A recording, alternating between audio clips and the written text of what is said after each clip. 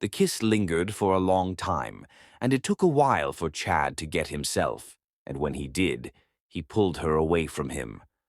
"Are you out of your mind?" he asked her before looking around, trying to find if anyone was watching, but he found no one. "Why can't you accept my love for you, Chad? You are like a sister to me.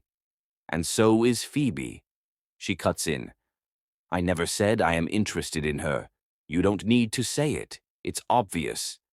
Chad had to calm himself before speaking, because he was scared he'd say words he didn't mean, and instead of making things better, he'd make them worse. So he kept quiet. "What do I need to do to make you love me?" Chad was about to reply when Phoebe walked up to meet them. She was so happy to see Gwen, but when she looked at their faces, she could tell that something was wrong. Chad decided to leave them so they could sort things out, while he watched from afar.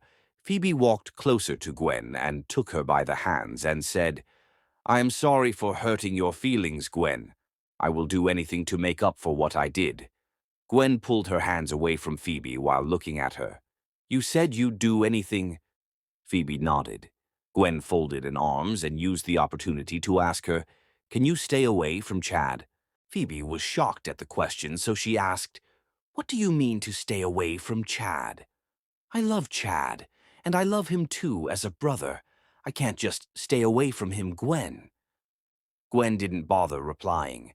She tried to leave when Phoebe grabbed her hand, stopping her from going any further. She paused. "You will what?" Gwen asked. "I'll stay away from him." Phoebe agreed, and Gwen hugged her. Apology accepted then. She held her hand and took her to meet Chad, who was very happy to see that they had both worked it out. "How am I so happy to see you girls back together?" he said while hugging them. Phoebe had to fake a smile just so Chad wouldn't notice. How was she going to stay away from Chad was something she had no idea about, but she wishes Chad stays away from her instead. "Let's go in, shall we?" They all went inside the house. King of Euphrates, Bashar was sitting on his throne when the prince came in. He bowed his head to greet him. "If it's not the Prince of Havilah," King Bashar said while walking towards the prince, "to what honor do I owe this visit?" "Permission to talk about this alone with you." He looked at the guards that were surrounding him and the prince. King Bashar smiled while gesturing to the guards to leave. He was about to tell his son to leave, but before he could, his son Saeed, he was staying. "I don't trust anyone," Prince Zod said while glaring at Prince Edward. "Fine, then." The king gestured to one of the maidens to prepare them a meal while he sat down on his throne to listen to the prince. "A terrible thing has befallen the kingdom of Havilah," Prince Edward began. "King Gardiel is in a terrible condition, and the kingdom is in a terrible state. We have neither food nor water, and the people are suffering. I have come to make an appeal to you that you give us access to your store." "My store?" King Bashar asked. "Our people are hungry, and there's nowhere else to go to. Please help us out on this." The prince begged.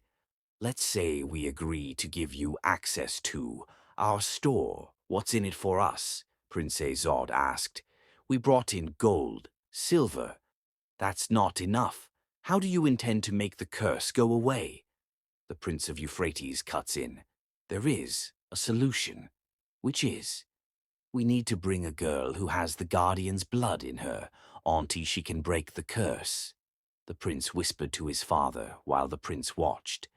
After some time, the king turned to Prince Edward and said, "We will grant you this access." "But on one condition," the prince added. "Which is?"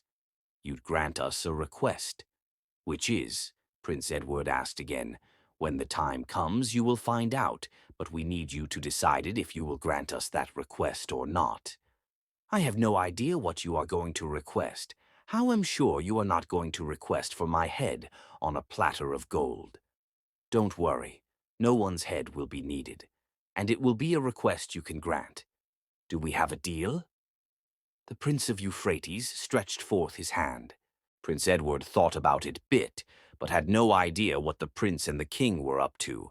But the more he delayed, the more he was scared they would change their minds. We change our minds easily, Prince Bashar warned, and Prince Edward shook his hand as they sealed the deal. Ramirez, the prince dawdled, and the guard came to meet him. Yes, your highness. Take the prince to the storehouse and give him everything he needs. The prince ordered, and Ramirez took Prince Edward to the storehouse. After they left, King Bashar walked up to his son. Are you sure about this? Trust me, father. I know exactly what I am doing, Prince Zod said assuredly. I believe you. Outside the palace, Leodon, the guard that stood his ground to protect the prince, was getting restless.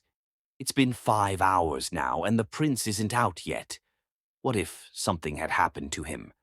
The prince is smart. I am sure he can handle just anything, one of the guards said. If he isn't out in the next few minutes, I swear by the guardians I will pull down this gate. That won't be necessary, Leodon, they heard a voice say, and when Leandon turned, he was glad to see the prince. He rushed down to bow to him. Your Highness, sorry to have kept you all waiting. The king has given us access into the storehouse. Let's go in and get all we need to feed our people. Everyone cheered. The guards of Euphrates took the things the prince brought, while the guards of Havilah went into the storehouse to get the food they needed. The prince was happy, but then there was one thing that bothered him. What kind of request is the prince going to make that he couldn't say? Whatever the request is, would he be able to grant it?